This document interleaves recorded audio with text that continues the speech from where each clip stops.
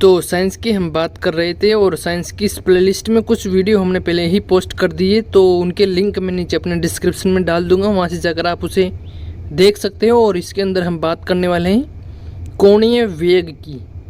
English में बात करें तो एंगुलर वेलोसिटी की। क्या होता है ये, तो चलिए इसको हम इजीली तरीके से आपको समझा देते हैं। कोणीय वेग, एंगुलर वेलोसिटी। तो इसके लिए आपको ये बात समझनी होगी, माना ये कोई वर्ताकार पथ है, वर्ताकार पथ है जिस पर कोई कण, जिसे नाम दे देते हैं हम P, और इसकी केंद्र से दूरी माना R है, या इसे त्रिज्या भी कह सकते हो।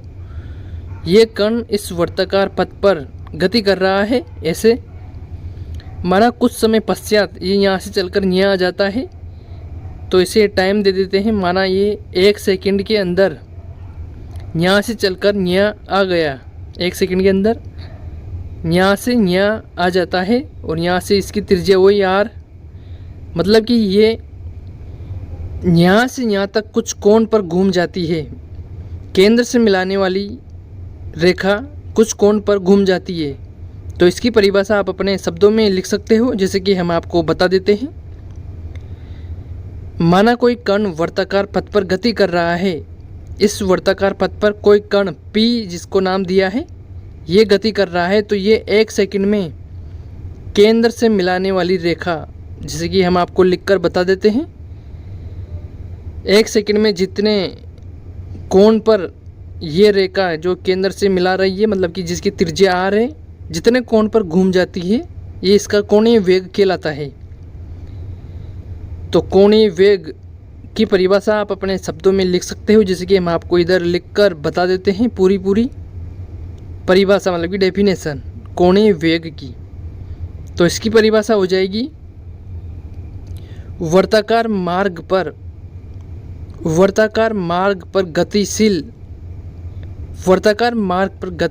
कण, जिसको हमने P माना है, आप चित्र में देख सकते हो। तो वर्ताकार मार्ग पर गतिशील कण जिसका नाम P है, वर्त के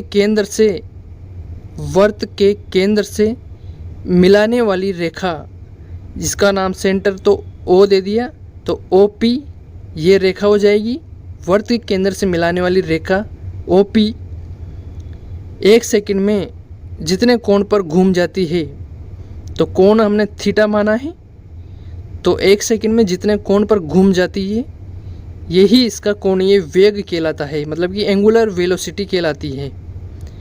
जितने कोण मतलब कि थीटा से घूम जाती है, उसे उस कण का कोणीय वेग कहा जाता है, उस कण का कोणीय वेग कहा जाता है। तो ये इसकी परिभाषा हो गई। अब आगे आपको ये बात ध्यान में रखनी है कि इस चिन्ह से, जिसे ओमेगा कहा जाता है, इससे प्रदर्शित किया जाता है, कोणीय वेग को ओमेगा से प्रदर्शित किया जाता है या फिर करते हैं।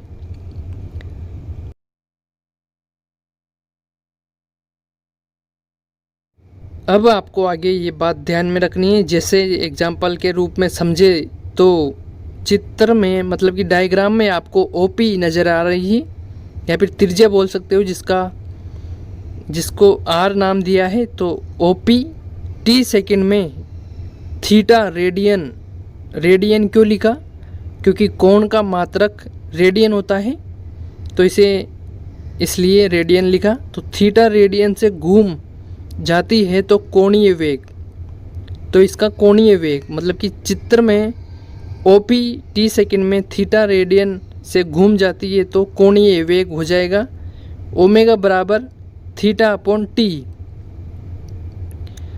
थीटा अपॉन टी ये इसका कोणीय वेग हो जाएगा, और कोण का मात्रक होता है रेडियन, और टी मतलब कि टाइम का मात्रक होता है सेकंड, तो रेडियन अपॉन सेकंड ये इसका मात्रक हो जाएगा कोणीय वेग का।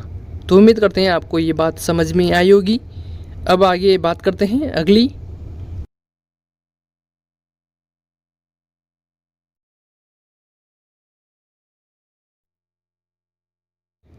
तो आपको ये बात ध्यान में रखनी है कि यदि कण 1 सेकंड में n चक्कर लगाता है, तो कोणीय वेग, तो ओमेगा बराबर हो जाएगा 2πn। ये फॉर्मूला आपको ध्यान में रखना है कोणीय वेग का। यदि कण 1 सेकंड में n चक्कर लगाता है तो ओमेगा बराबर 2πn, क्योंकि एक सेकंड में रेखा OP, जो कि डायग्राम में आप देख सकते हो, रेखा OP 2π रेडियन से घूम जाती है, 2π रेडियन से घूम जाती है।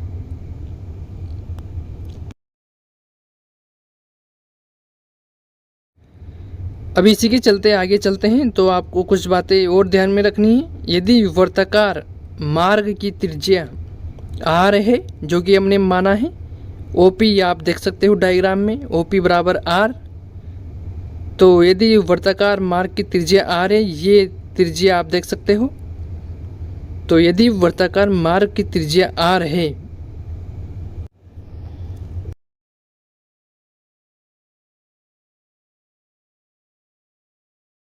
और कण 1 सेकंड में n चक्कर लगाता है तो उसके द्वारा 1 सेकंड में चली गई दूरी बराबर हो जाएगा वृत्त की परिधि इंटू n।